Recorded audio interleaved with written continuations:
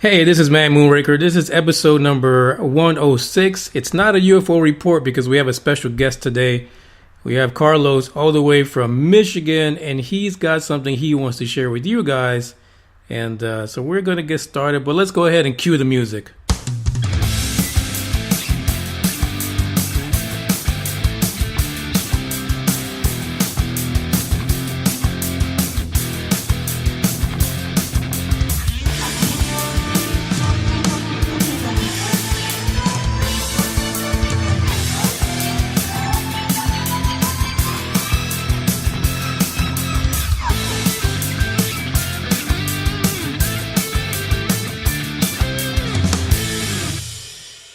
Hey, welcome to episode 106, and this is actually live. And if you guys don't know, to get the live episodes, you have to go to Spreaker.com whenever we announce that we're live. And actually, like about 2 days ago, I sent this out through all kinds of social media, and I posted it out there.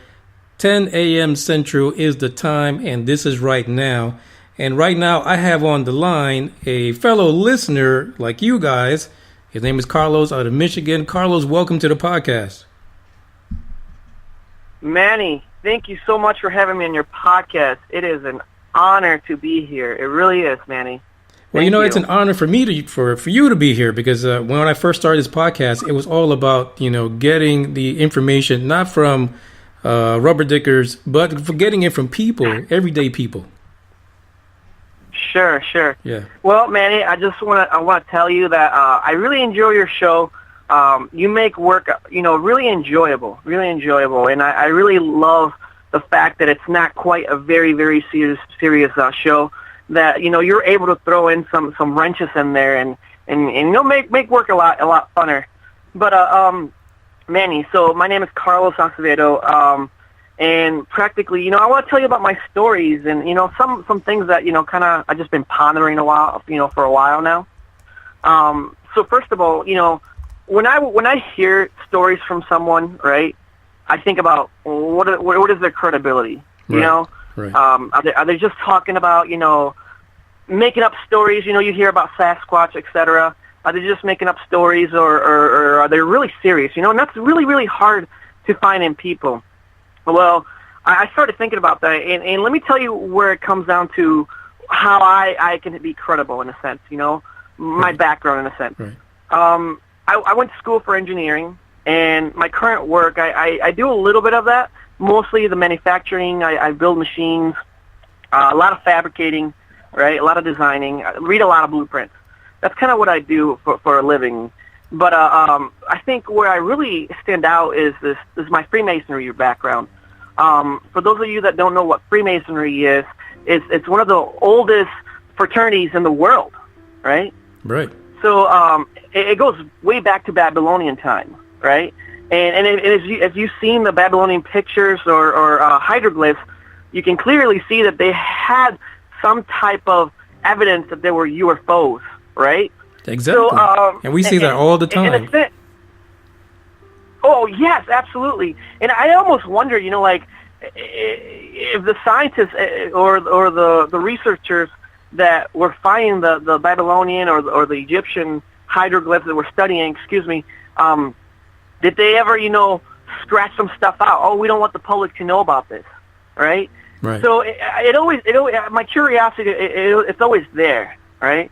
Mm-hmm. But let me just tell you about my background about Freemasonry. I am well, first of all, I started a Freemasonry about 4 years ago, okay? And the reason how I started into Freemasonry was from my grandfather. I always remember going to my grandmother's bedroom, and I would see my grandfather and my grandmother, right?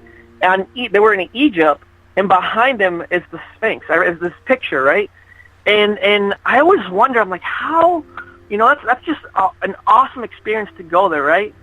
But more in detail, I found out later that he was a Freemason, right? Oh, look at that. And that's kind of how so that's kind of how I got in the door in Freemasonry. Currently, I'm a worshipful master. So worshipful master, what that means is that you're practically like the president of the organization, right? Mm-hmm. I almost feel like it's like a part-time job being in that position, but it's one of the highest positions you can go in the lodge, right? And I'm also a 32nd degree Scottish Rite.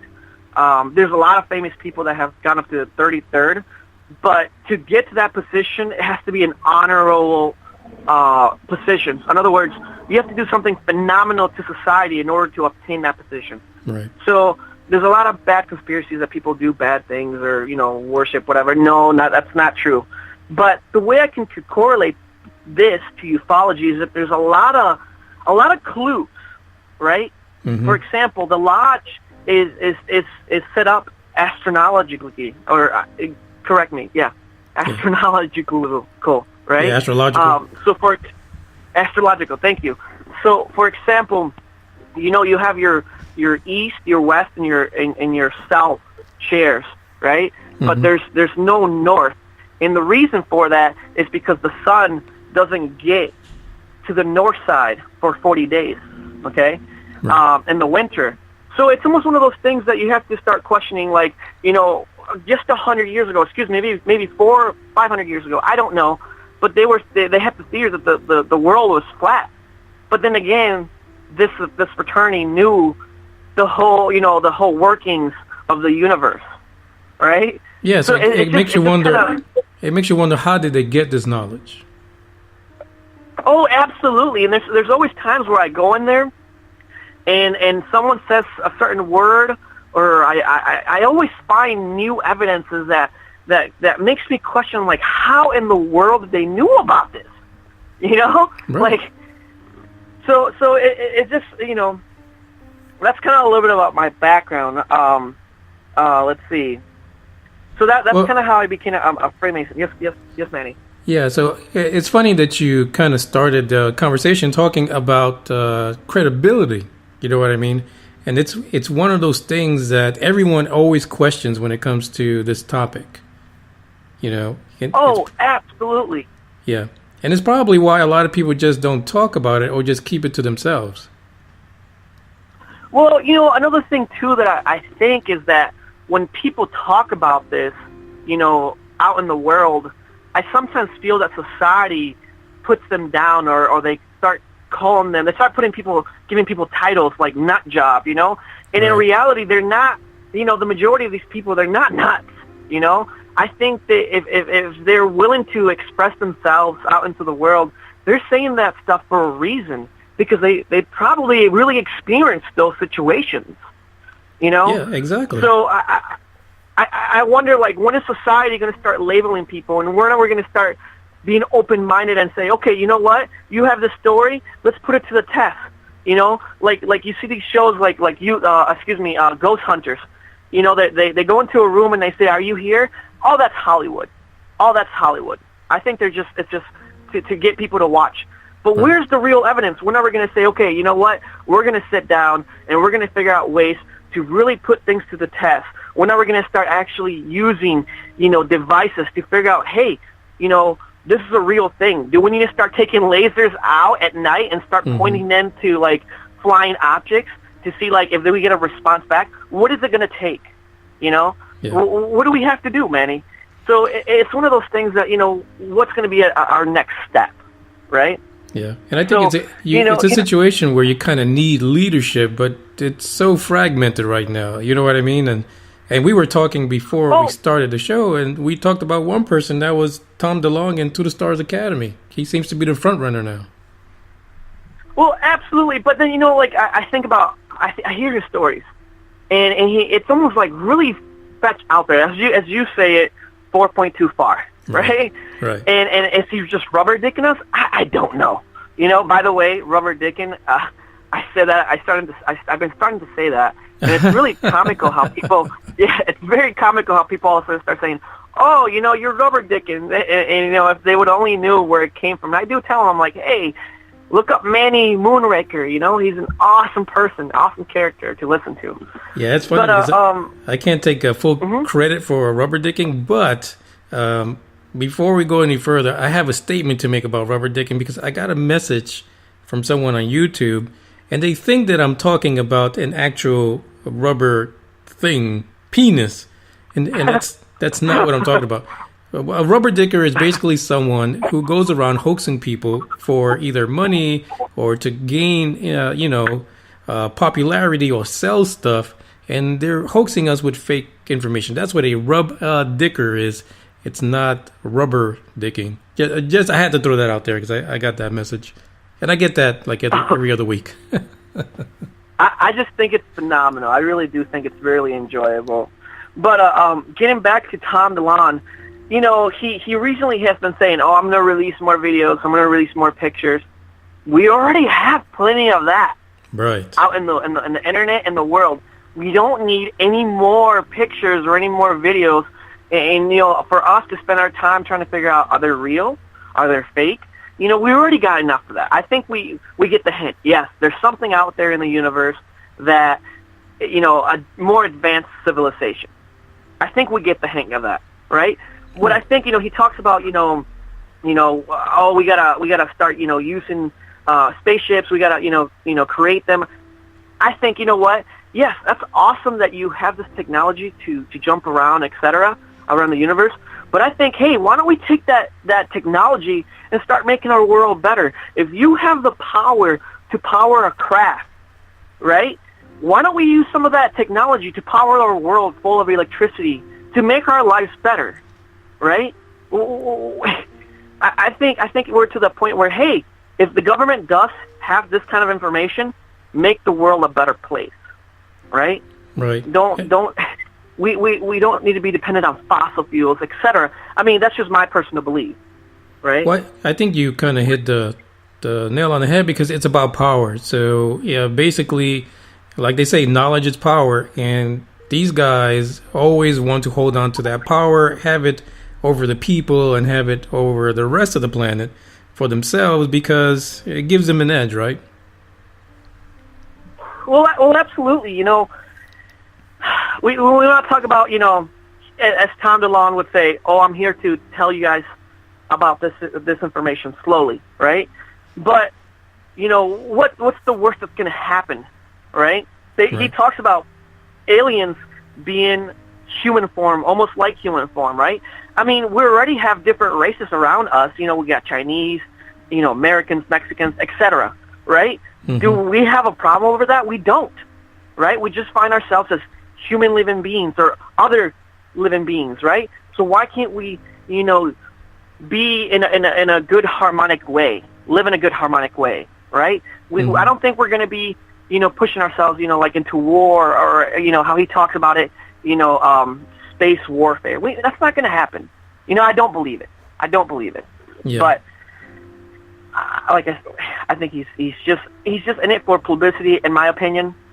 And it's kind of hard to really say if he's really doing it because he's got a true, genuine heart and wants to tell the world, hey, this is real, and I'm here to tell you guys, like, we can make our lives better. I don't know if that's really in his nature or in his heart, right? Yeah, it's hard to tell. But you know, for him and everybody else, that all the big money high rollers, this topic, it's something that really hasn't been, fleeced, I guess. And so automatically he was able to do it. And he got himself $2 million just to start To the Stars Academy. And we know that people like Deuce Bigelow, Robert Bigelow, that we know he's got a lot of money, but he can use this technology, this information, to enhance what he's doing, trying to get into space and doing all these space pods or whatever it is, habitats. I mean, he can leverage that also for his gain.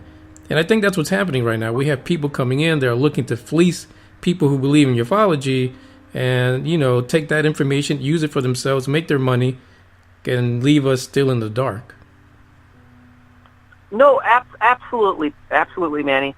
You know, and it's going to come down to, hey, you know, we're evolving as society. We're going to get to that point where, hey, we don't really need your information. We've done our own work, and we have figured out how the universe truly works, how atoms and photons really work. We're to the point where, hey, we no longer care about your UFO because we got this information now, right? So right. When is that going to happen? We literally, in the last 100 years, we have evolved so much, right? And it makes you wonder, like, if there were UFOs, you know, like Tom, he talks about there were UFOs here. Why did they leave, right? Why did they leave? You know, like, was it a super disaster that they couldn't fix, right? It just makes you wonder. It really does. It you does. know? It does. But one of the things Manny, yes? No, go ahead. No, sure, go ahead, please. One of the things that drives me insane is that when we look at people like from back in the day, like J. Allen Hynek, the father of ufology, one of the things he said was that basically we want people who are credible, and that you want people that are trained. And so we had this story with the whole TikTok video thing. You had David Fravor out there. I mean, you can't really get any more trained than that. But still, right. the story's dying out. And it's like you said, we have hundreds and thousands of years of evidence where ancient civilizations are drawing pictures of what people use right now in film and movies. You have your little gray aliens and you have your UFOs and stuff like that. But for some reason, it just doesn't stick. Right. And it just, maybe it's because, society has put religion too hard into their heart.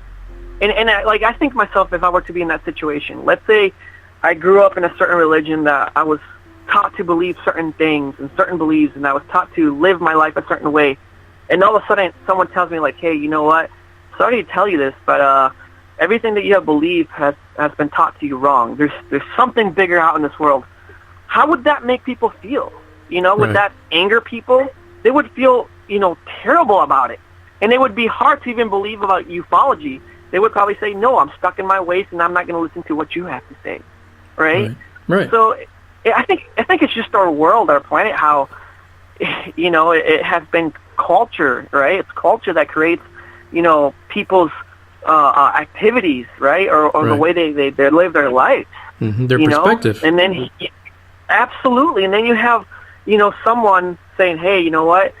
The world's been, changed and modified, and other beings have been here before. Think about that, right? Like, people are going to take it pretty hard, Manny. Yeah. And maybe that is that is the transition that Tom is trying to do. I don't know, but do we need any more videos or any more pictures? I don't think so. We got plenty of that. I think we need real core evidence, right? That can really make our world a better place. That's what I think. Yeah, I think eventually, the thing with him too is that because they messed up in their initial presentation, I think that they're trying to fix that before they get to that point. You know what I mean? Because right now, things look a little iffy for them. And it's the reason why they're hesitating so much. But Sure. But what I can say too is that I don't see how people couldn't hold on to their religious beliefs and still accept the fact that there are other civilizations out there. That's hard for me because I'm a religious person. I might say rubber dicker and stuff like that, but I still follow religion, right? And I still believe that there's other civilizations out there, and I think people should just remain open-minded. That's just basically the way I see it. Oh, absolutely. I mean, who's to say, that's God's great plan? It wasn't just here, but it was somewhere else, other places in the universe, right? Right. But we just, are not willing to accept it, and that's the hard thing, that some people are just not willing to accept it. Yeah. But I guess only time will tell. Yeah, exactly. But in the meantime, we still need more information and plenty of it, and eventually it's going to click somewhere. I hope so, Manny. I hope so. I mean, I hope that, America can be one of the first pioneers of it, to be honest. Right. Because like I said, we have evolutionized ourselves in the last 100 years, and just imagine if we continue to do some more research. We have some of the greatest scientists here in the States, Manny. Of course. If we continue to do some more research, imagine where our future can be. What great things can happen for humanity, right? Mm-hmm. So it makes you wonder. But hey, Manny, so how's about I tell you about my story? Yeah, let me just let people know that we're on live. So basically, folks, we are on live on Spreaker.com. And like I've said before, if you ever want to join us live, we'll send out the information and you can be on here just like Carlos. And we actually have Robbie in the chat box right now. He's listening live as well. and you can join the conversation by either going into the chat box, putting in some questions, or you can call the actual phone line 972-290-1329. And even after the show is done, you can still go into Spreaker.com and leave questions in the chat box. And I'm sure that we can get those questions if they're for Carlos or anybody else, so that they can respond back and have a conversation. But like Carlos was saying, he had some UFO experiences that he actually also wanted to come and share on here. And it had to do with Lake Michigan, right? Yes, Manny, absolutely. I think, I even asked you, Manny, I'm like, what is the thing that really brought you to ufology? What is the thing that made you believe in UFOs? And I think, in my opinion, this right here, this event, was the thing that really opened my eyes to know that there really is something out there. That was the beginning, I would like to say, right? Okay. So, I live in the area of Holland. I actually live in Fenville. And if you look at Michigan, right, it's right on the East Coast.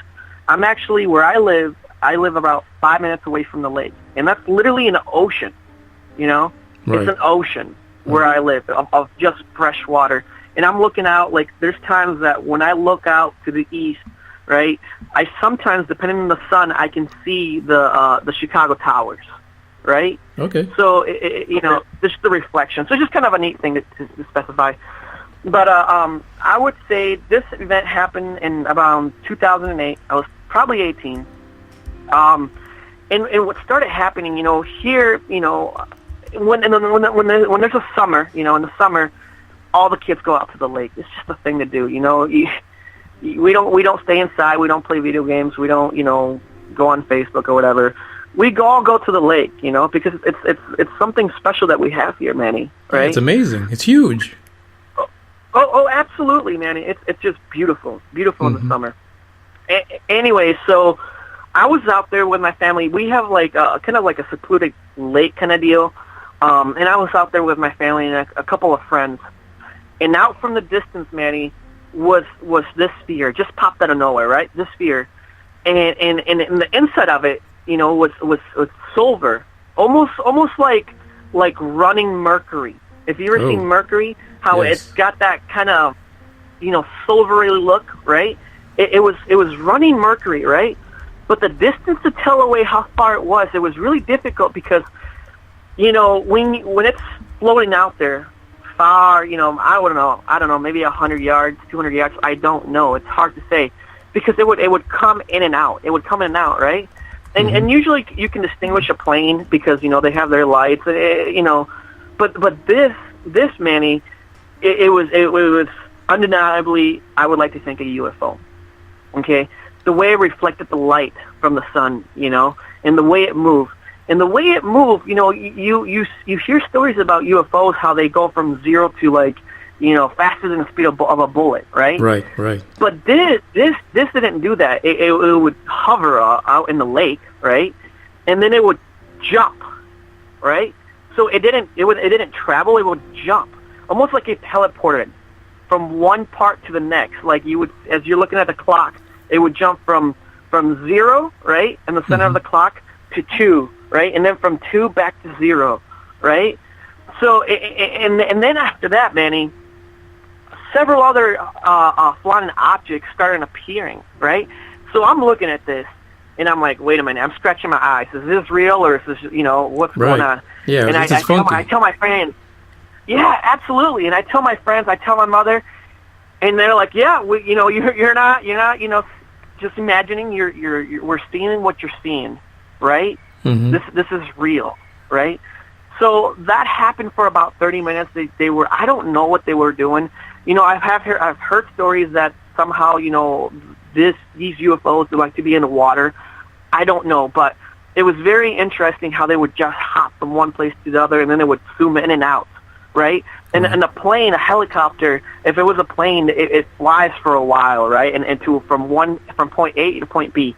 This stood in a place for a long period of time, right? So this happened, and it was just in the back of my mind. I didn't want to be a believer, but I'm like, whatever. So then, I got my driver's license when I was, I would say 17, 18, right? So I started driving. Here's another episode where I was driving to my parents' house, and going to my parents' house, there's this really, really big hill, and once you get on top of the hill, if you look out to the east, you can see almost Lake Michigan, right?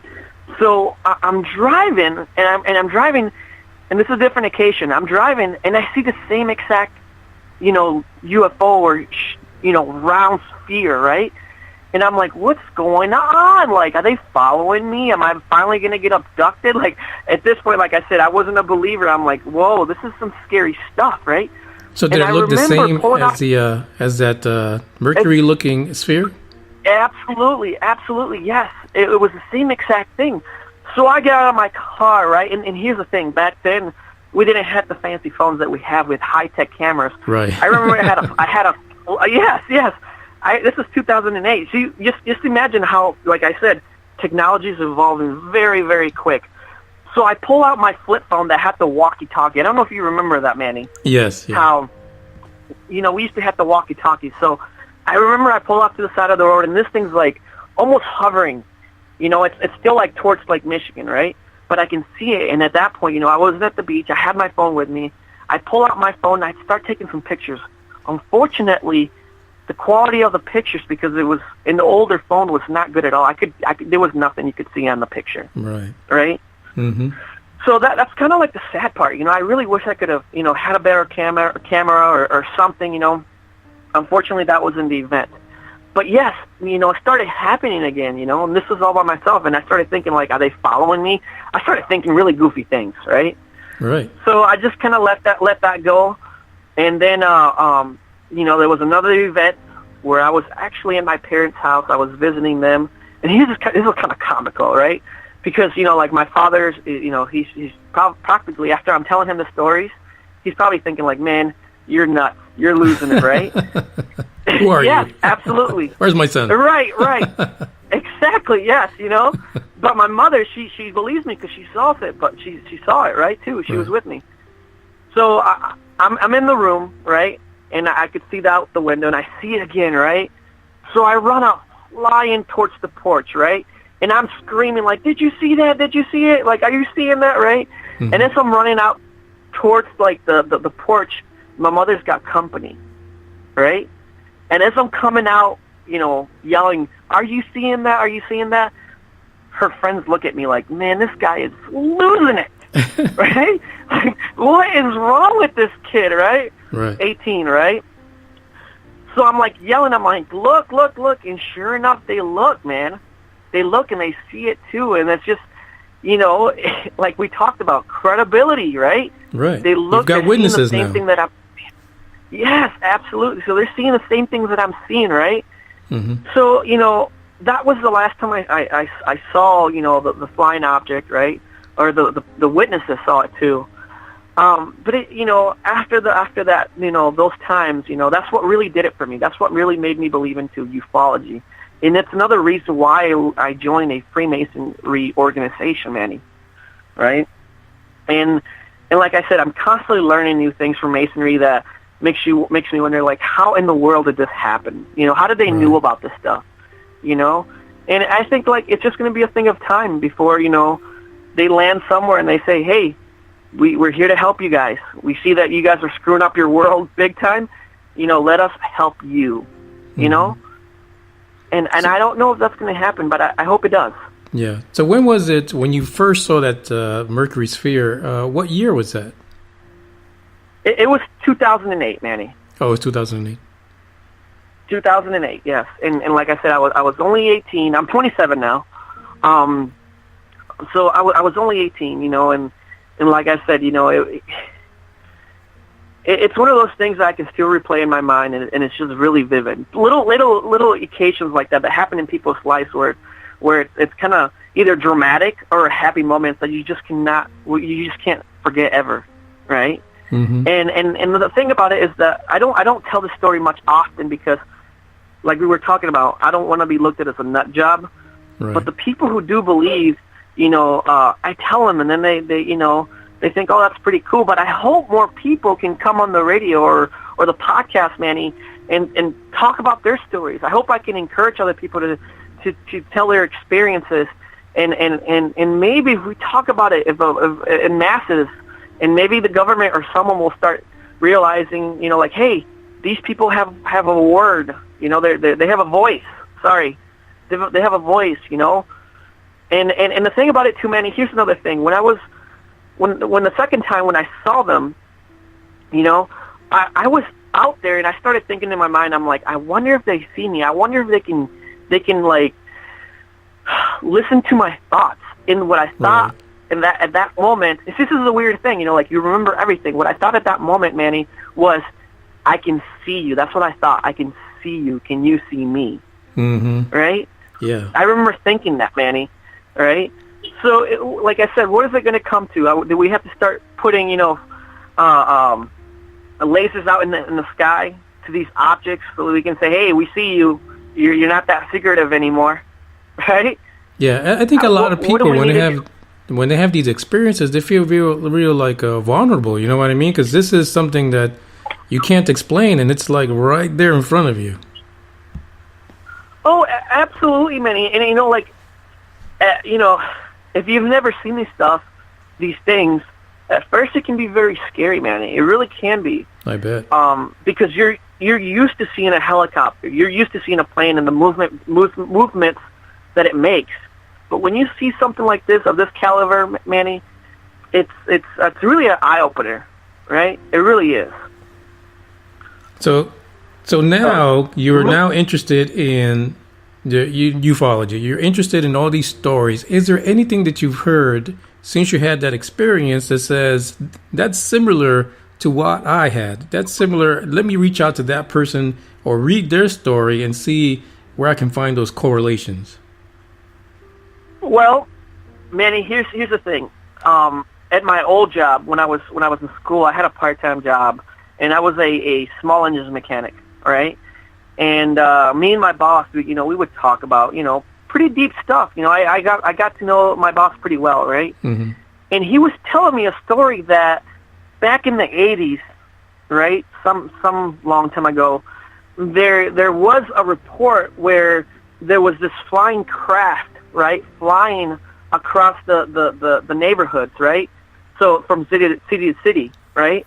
And the police, people would call it into the police, right? And then from then the police would call it into the, other, like, for example, the airport, etc., right? And I was skeptical. I'm like, get out of here, no way. But then, the thing that really made me realize that, yeah, this was real. He was not rubber dicking me, right? Bullshitting me. Was that, he actually, they have the recordings on YouTube about how there were some UFOs here on this area of Lake Michigan. And on top of that, we would get, rags so that we can, clean our messes. And every now and then, we would get a T-shirt of like UFOs in Michigan, and when I first looked at the shirt, I'm like, what is this? And that's how he would tell me the story that, yeah, back in the 80s, this event happened, right? And I just can't believe that the majority of Michiganders have completely almost forgot about that.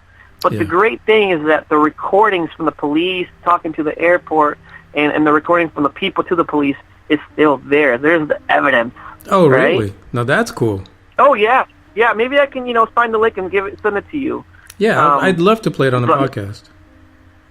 Yeah, so it's there. So, like I said, we have the evidences. We have the pictures. What's next, right? Mm-hmm. What's next? Yeah, that's totally. What I'm curious. So one of the things that I think about, too, when I hear your story, because you have a specific time frame, you have the area, have you ever tried to look to see if anyone reported this kind of similar situation that you saw around that time? No, I have not. Like I said, all I have as my witnesses are just my friends, family members. That's all I really have. Unfortunately, I wish I had a video camera back then. But no, I have not gone out and try to research this. As a matter of fact, I have not tried to, like call my local police or anything like that. But what really is kind of fascinating, though, is that, I've tried to look up, UFO images, and I have found the circle spheres, pictures of the circle spheres.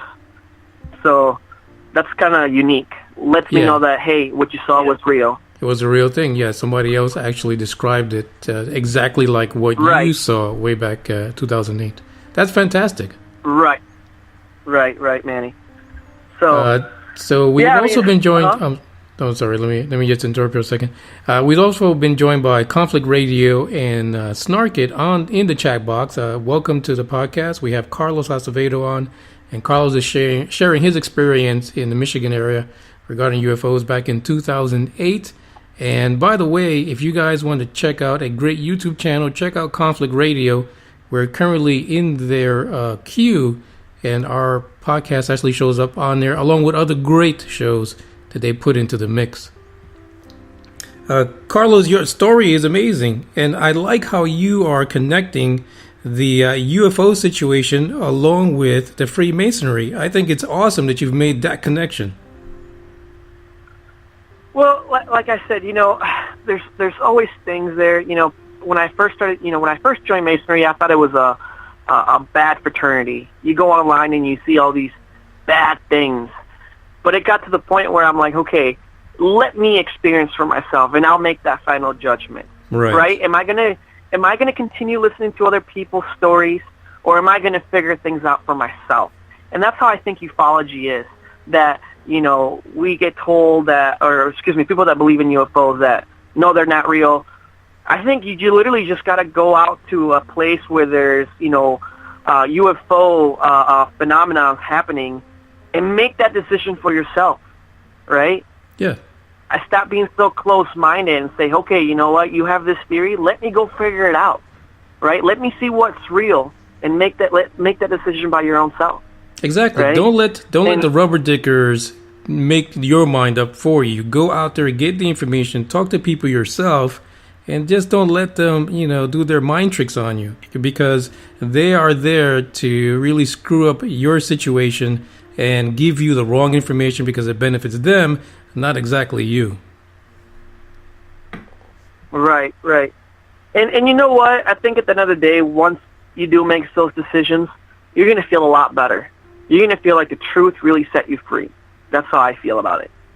And it's just, and then don't feel scared of society. When you hear other people's stories and you know that there's people like you that believe in these kind of events or UFOs, right?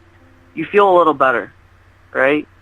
And like I said, that's why I felt really awesome. It felt really awesome to hear your podcast and know that, hey, there's people out there still, right? And talking about it and telling the world, hey, there's UFOs. There's a thing called ufology. As a matter of fact, I didn't know there was a thing called ufology until I listened to your podcast, Manny. Oh, really? So, yeah, sometimes thank you for that. See, that's the thing. I didn't, people just don't know. They see their things, but hey, little did I know that you set this keyword ufology, and I look it up, and it's just like, oh, look, there's stuff out there, right? That I can do some more research, and I think we have to credit that to you for helping me, and I'm sure helping other people, Manny.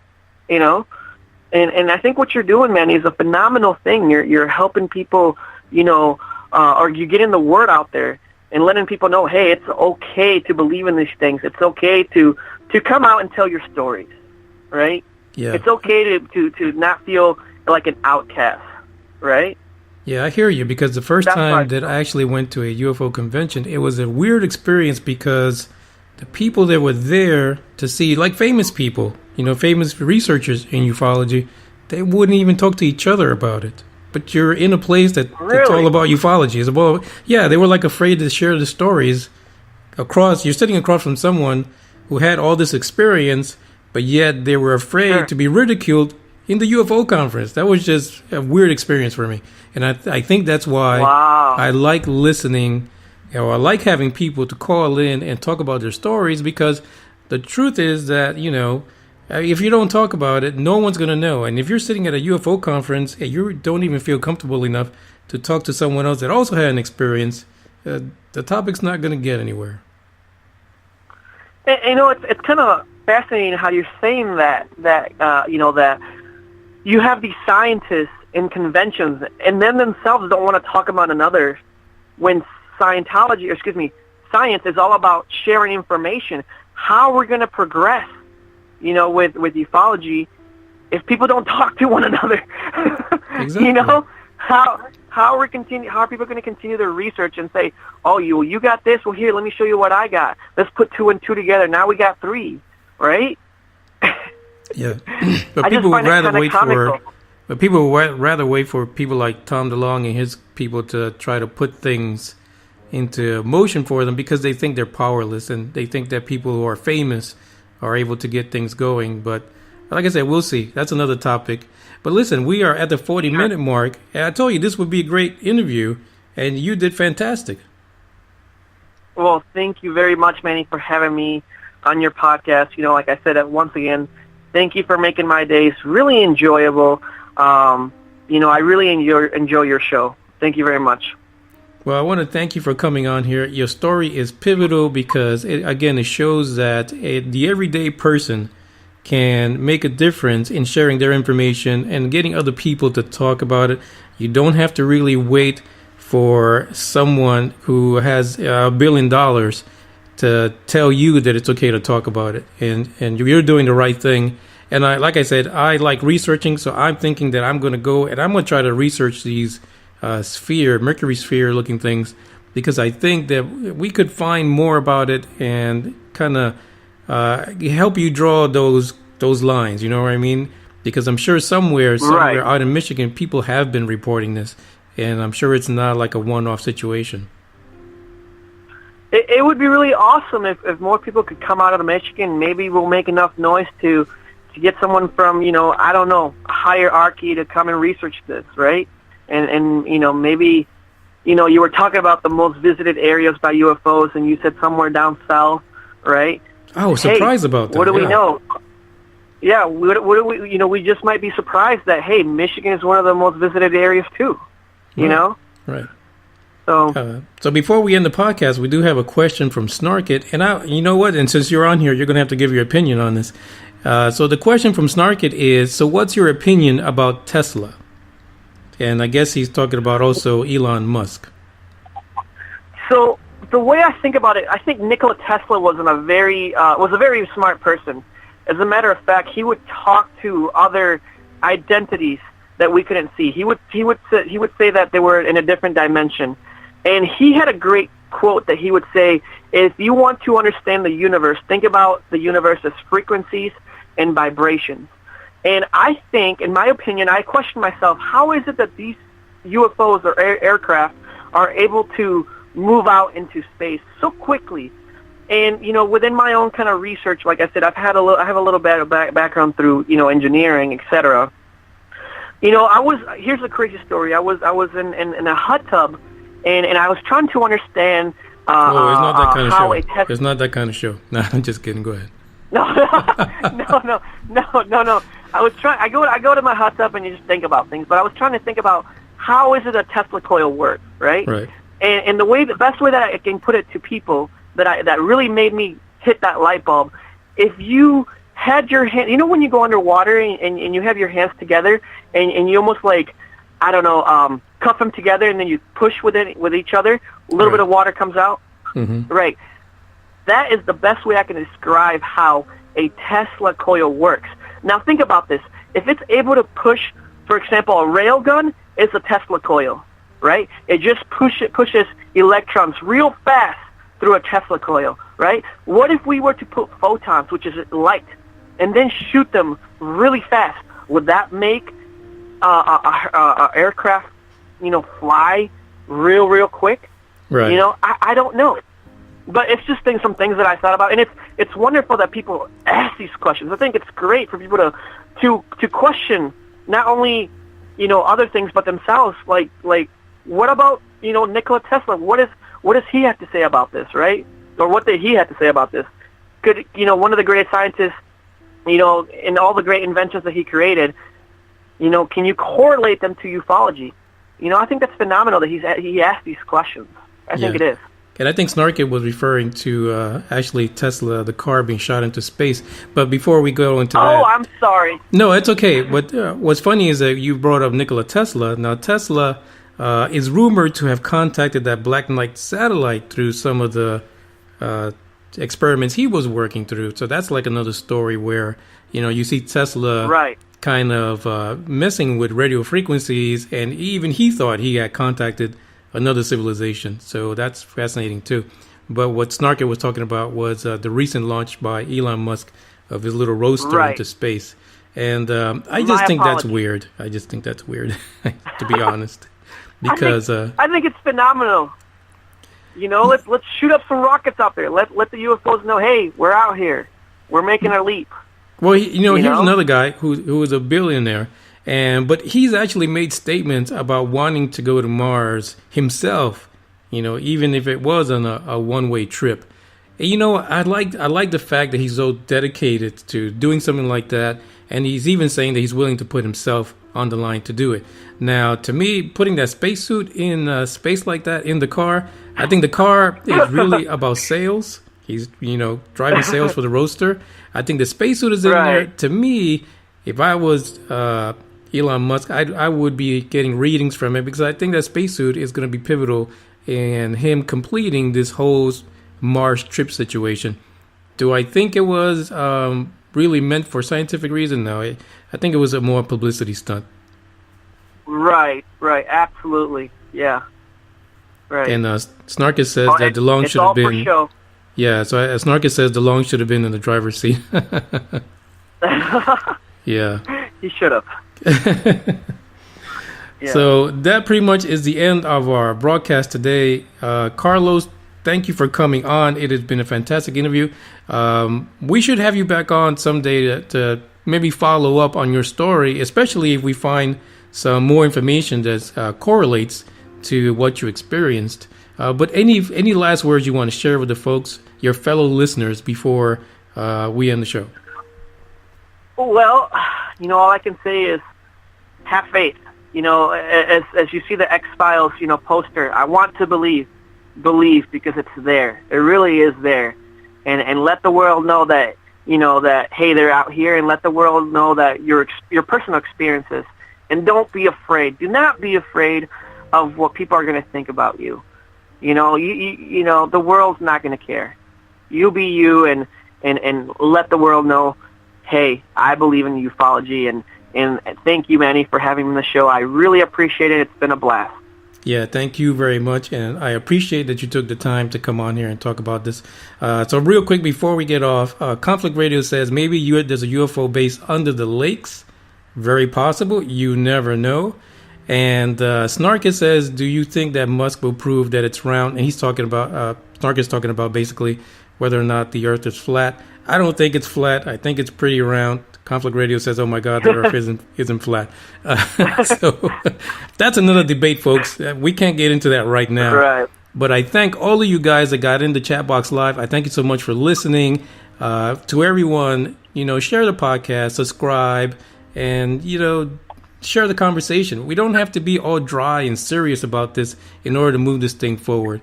And Carlos, you were amazing. Thank you for showing up.